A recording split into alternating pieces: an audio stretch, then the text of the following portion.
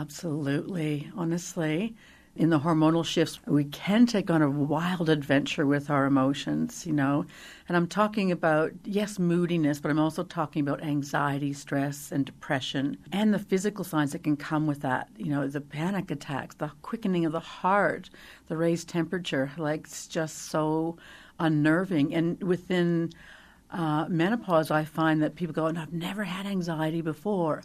What's happening? So that's what I'd like to just touch on a bit today so people don't think they're going too crazy.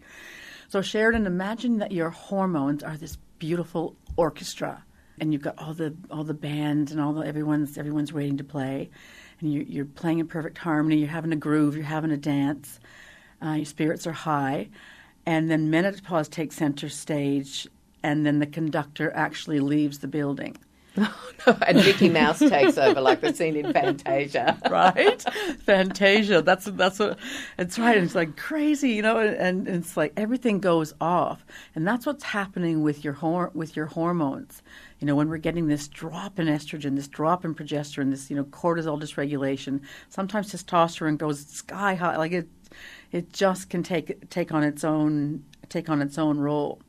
But the thing is, estrogen and progesterone, not only do they balance our hormones, but they play a significant role in neurotransmitter efficiency, like our dopamine and our serotonin.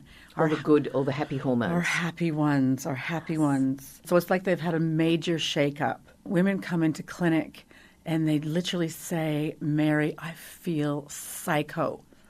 And that is like a non-technical term for my emotions are all over the place. And I say, tell me more about that. What's that look like for you? And it's like, well, one minute I'm laughing and then I'm really angry and then I'm having a bit of a cry and then I'm my sweet and loving self.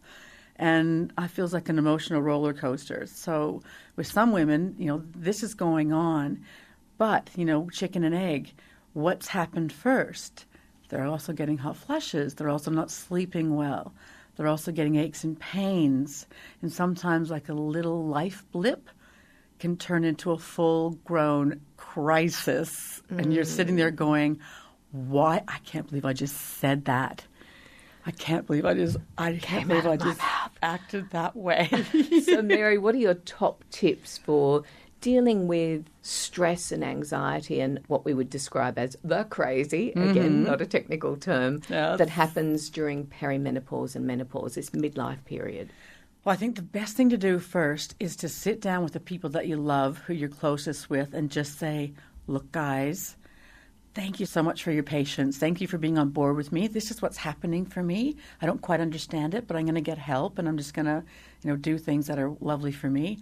This has been such a big topic for me that I've actually written something called the Partner Survival Guide. And it's how to support your beautiful woman in menopause.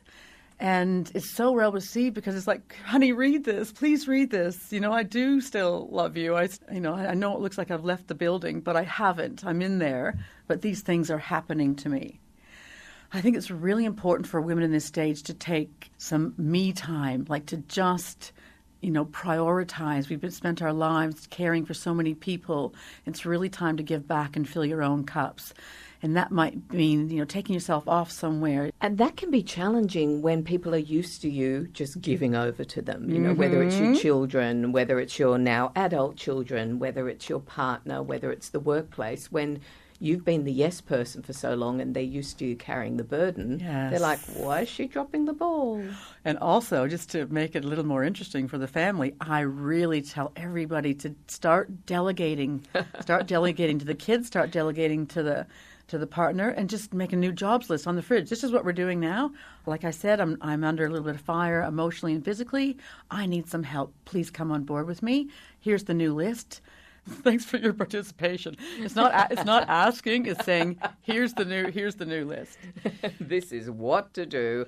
And then, of course, there's the opportunity to see someone like yourself to actually get some expert help when we tackle one of our symptoms during perimenopause and menopause. I'm imagining there's a bit of a ripple effect across the great breadth of our life. Yeah. Well, imagine, feeling calm and balanced within yourself, the different decisions that you can make, the better sleep that you'd have.